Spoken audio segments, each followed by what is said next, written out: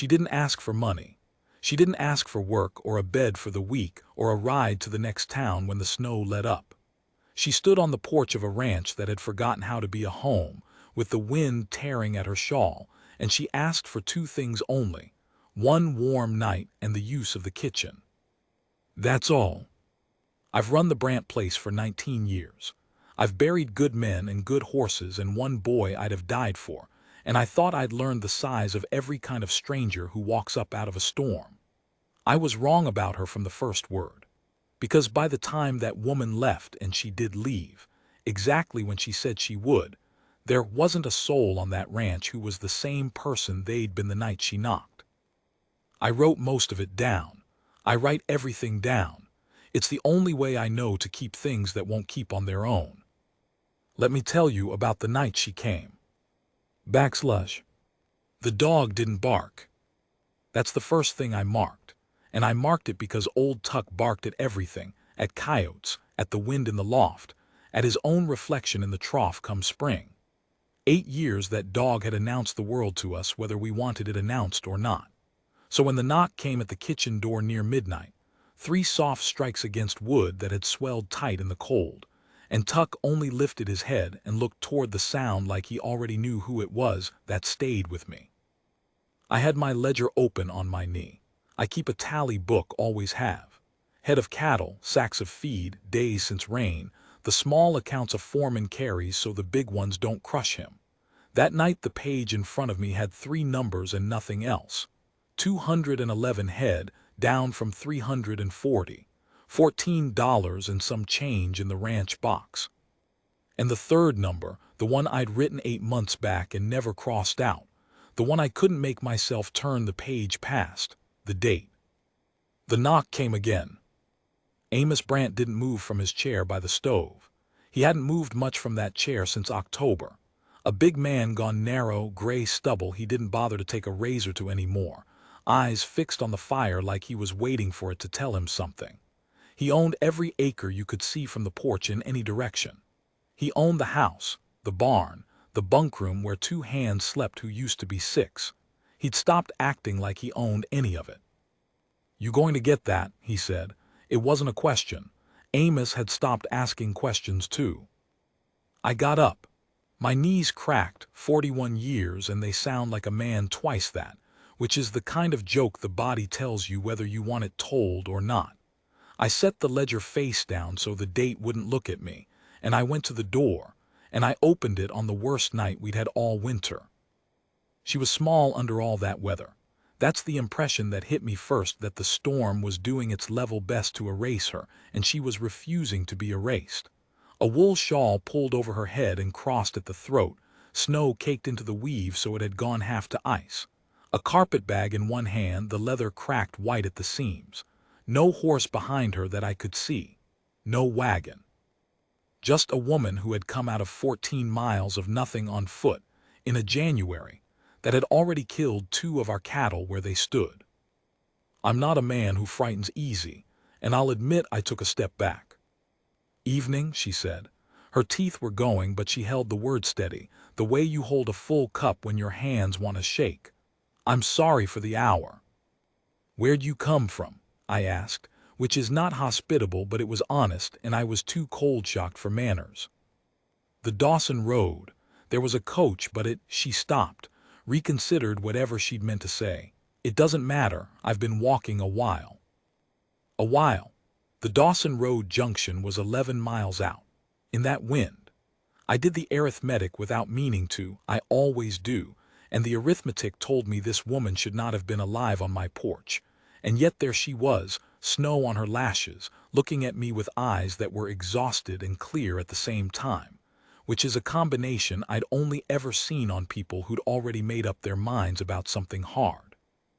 Behind me Amos said, "Walt, shut the door, you're letting the night in." "There's a woman," I said. A silence, then the scrape of his chair. He came up behind me and looked over my shoulder, and I felt him go still in a way I hadn't felt off him in months.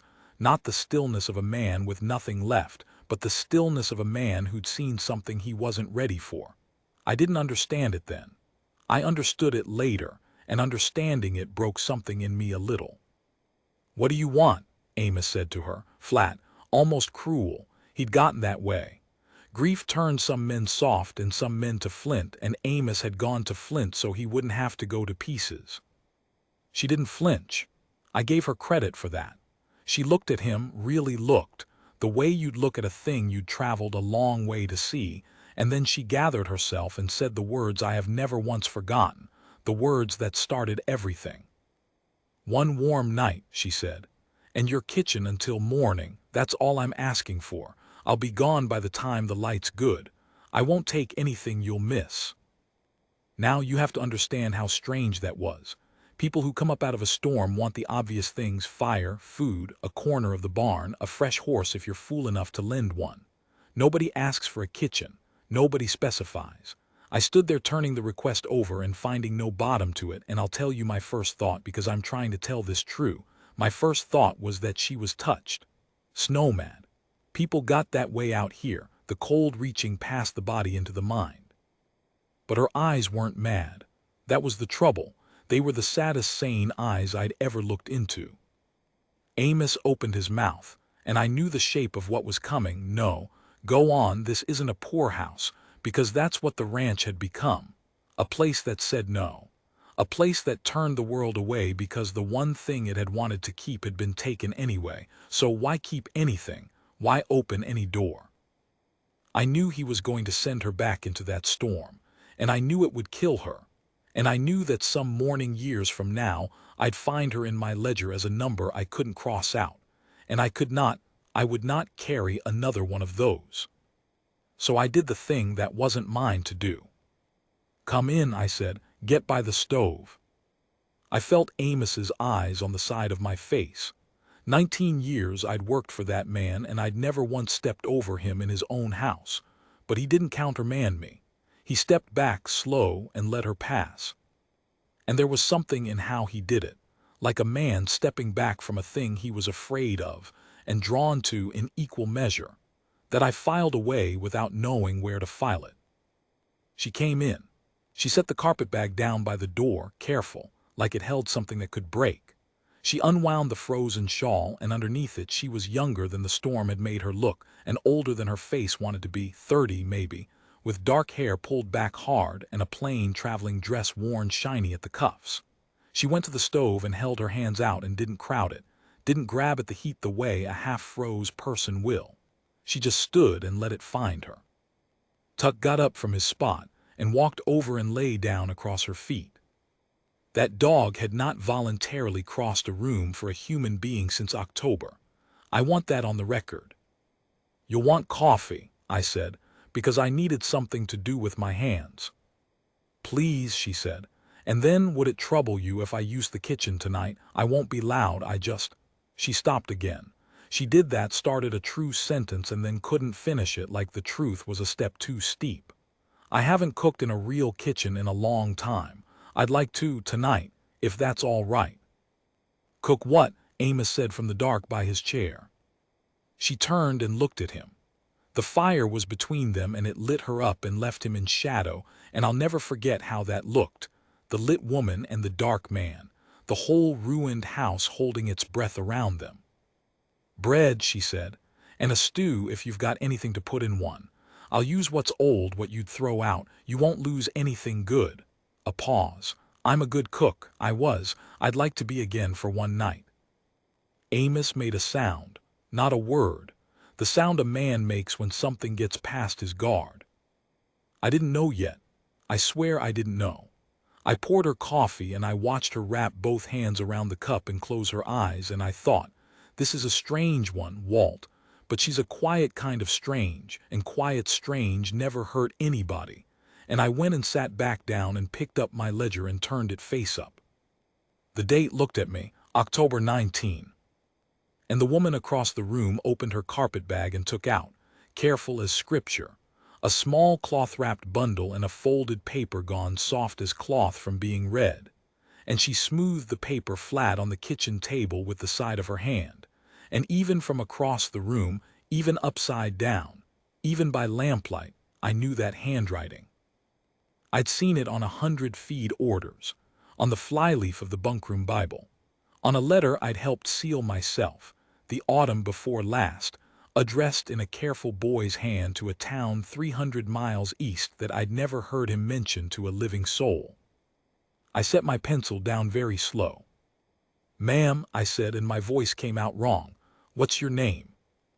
She looked up, and maybe she saw it land on me, because something in her face gentled and grieved at the same time, the way you'd look at someone you were about to hurt by simply existing. "Marin," she said, "my name's Marin." And then, because she was an honest woman and she'd come too far to lie at the last, "I was supposed to marry your Eli, in the spring."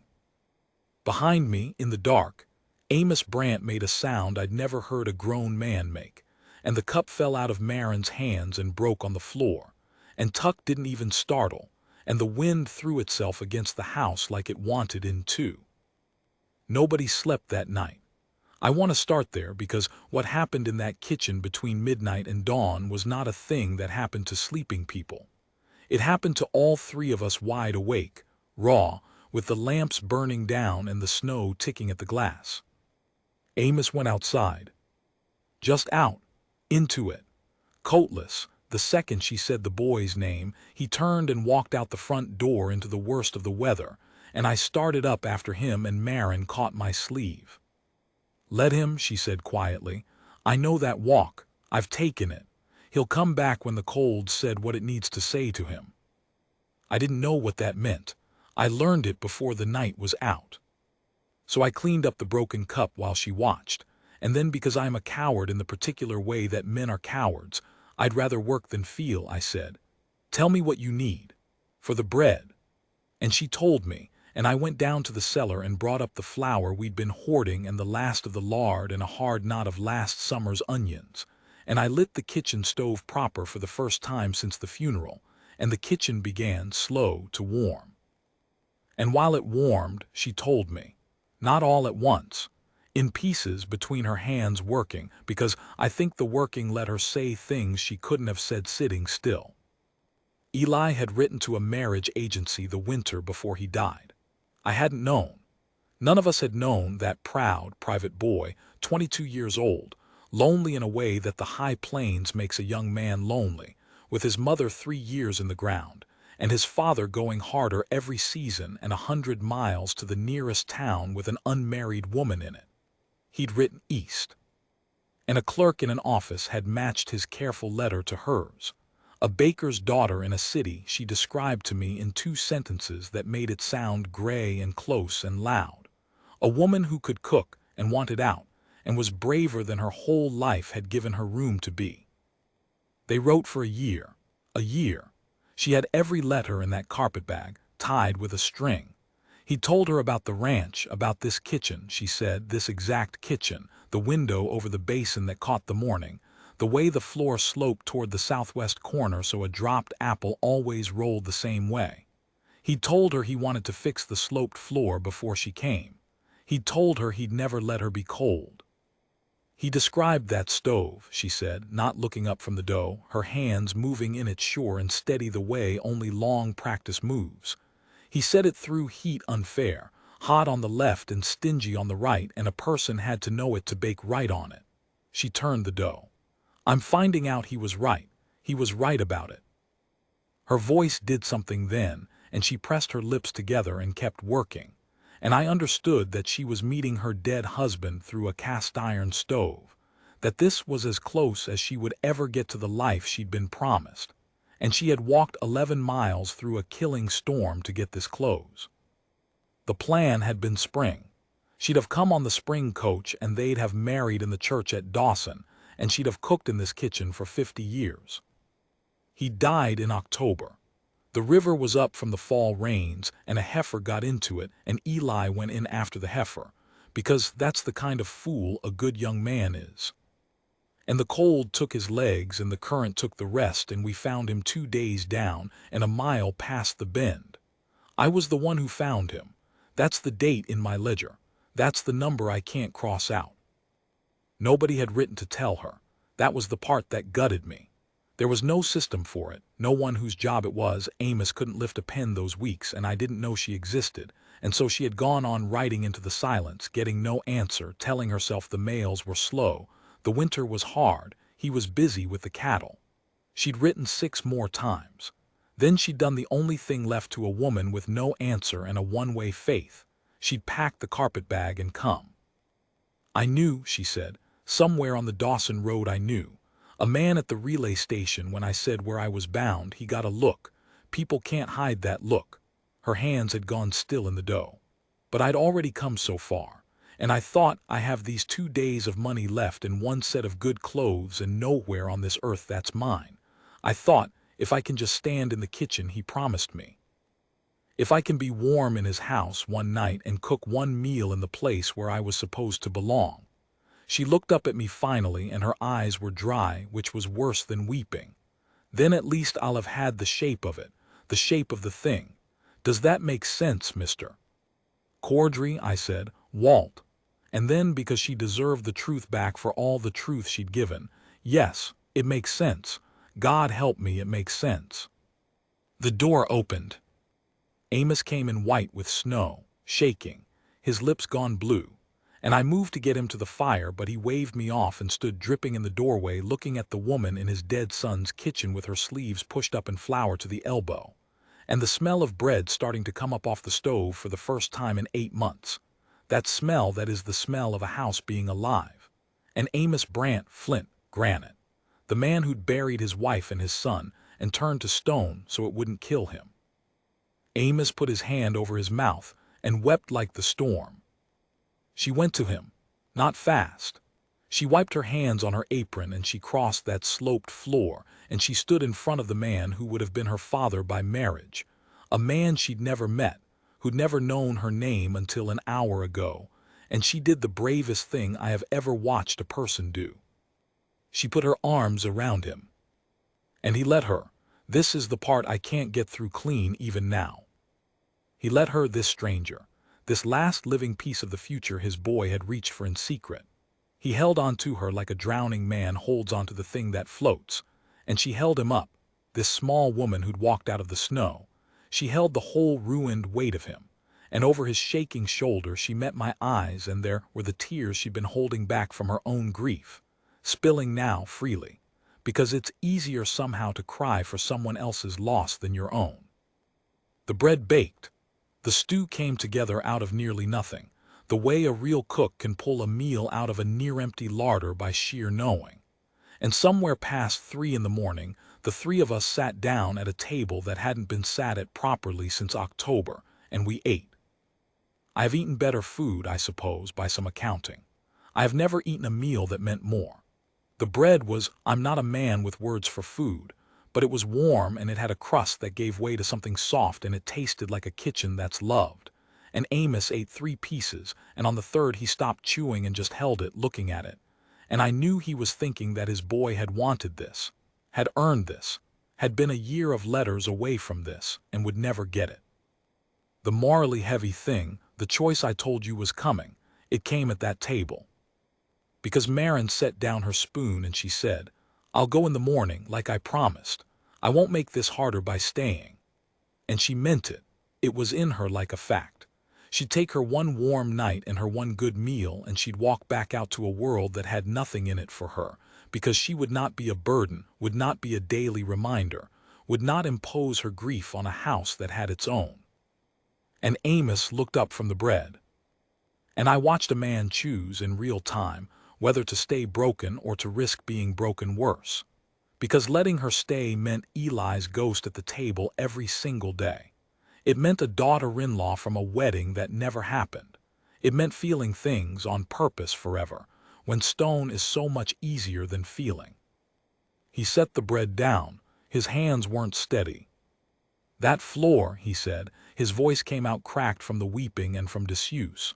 "The slope toward the corner, Eli," he stopped, said the name again on purpose, made himself. "Eli meant to fix it before you came. He never got to it." He looked at her. "I could fix it, come spring, if there was a reason to." It hung there. The whole rest of all our lives hung there in the warm, bread-smelling dark. Marin understood what he was asking. I saw her understand it. and I saw how much it cost her even to consider it, to stay in the half-life of a marriage to a dead man, to be the widow of a wedding, to cook every day in the kitchen of the future she'd lost. She was quiet a long time. Then she said, "I don't want charity, Mr. Brant, and I won't be a haunting. If I stay as a hand. I cook, I keep the house, I earn my place same as Walt earns his, not as a widow, as a person who's here." She swallowed. "I've spent a year loving the idea of a man.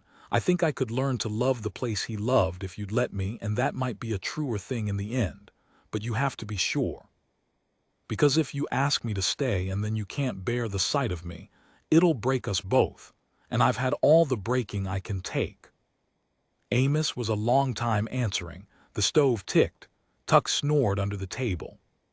"Stay," he said. That's all. One word, the same word she'd built her whole impossible journey on the hope of. Stay.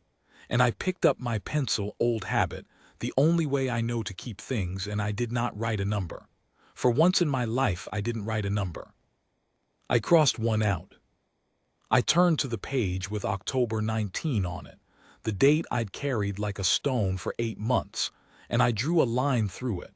Not to forget it, never to forget it, but to mark that it was no longer the last thing that had happened to this ranch. Something else had happened now.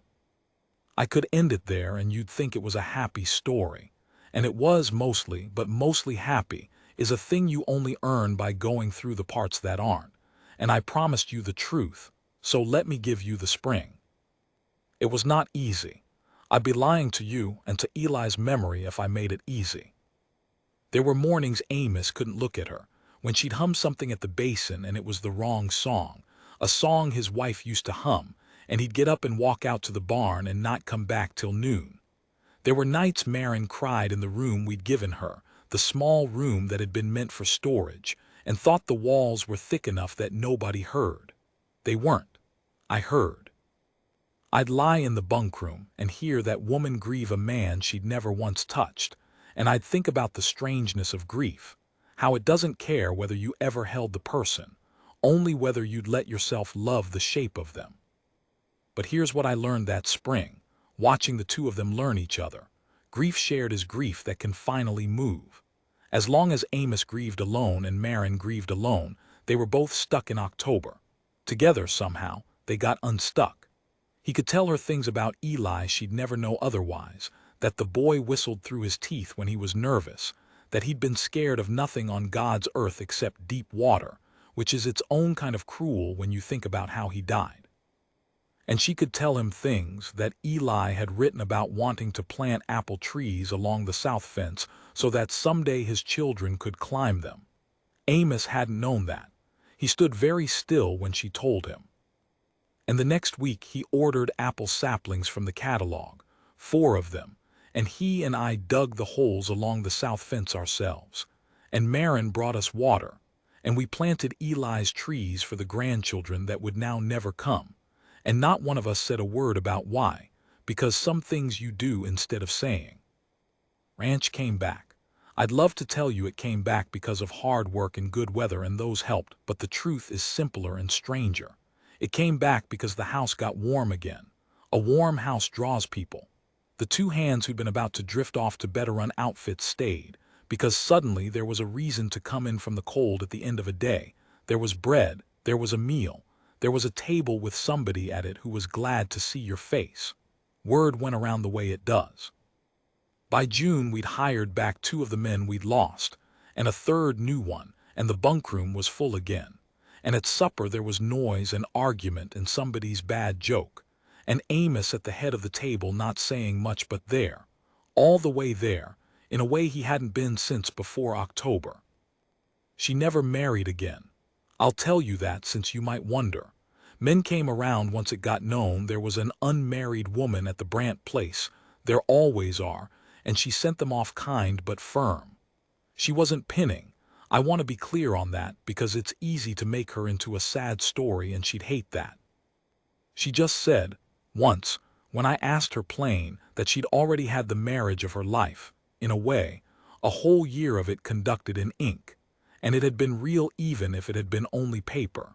and she didn't see the sense in settling for less than it just to satisfy people who thought a woman alone was a problem to be solved.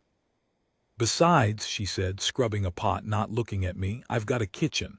That's what I asked for, isn't it? One warm night in a kitchen." A small smile, the first fully untroubled one I ever saw on her. "I just stayed for breakfast."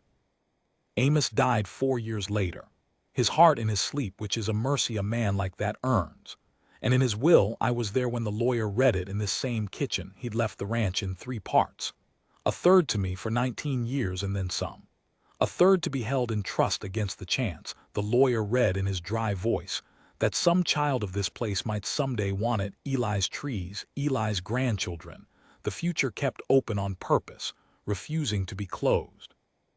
And a third to Marin, the daughter-in-law from the wedding that never was, free and clear, with one line written under it in Amos's own bad hand, which the lawyer read out and then had to stop and clear his throat. She came in out of the storm and brought the house back. A father can't ask more of a daughter than that. She kept cooking in that kitchen for 31 years. I know because I was there for most of them, getting older alongside her.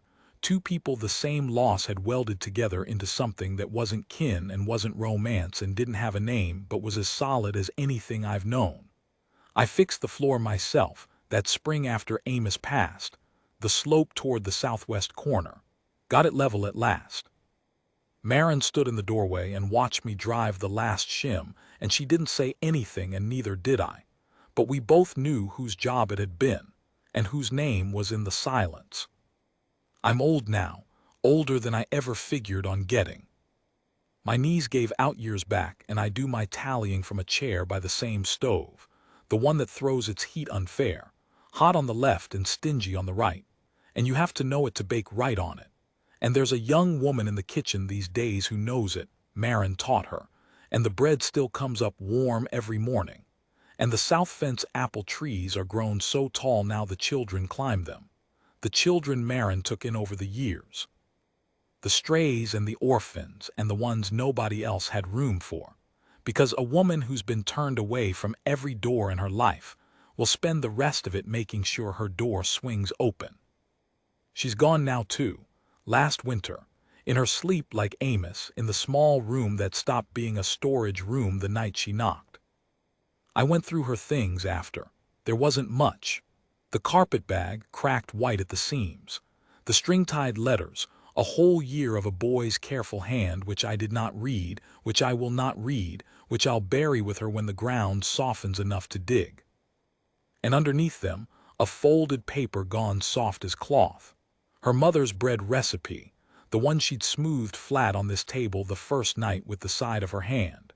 She'd written something new at the bottom, sometime in the 31 years, in handwriting that had gone shaky toward the end. I read it. Then I sat in the kitchen a long time with the stove ticking and the snow at the glass, the way it was that first night, the wind throwing itself at the house like it wanted in.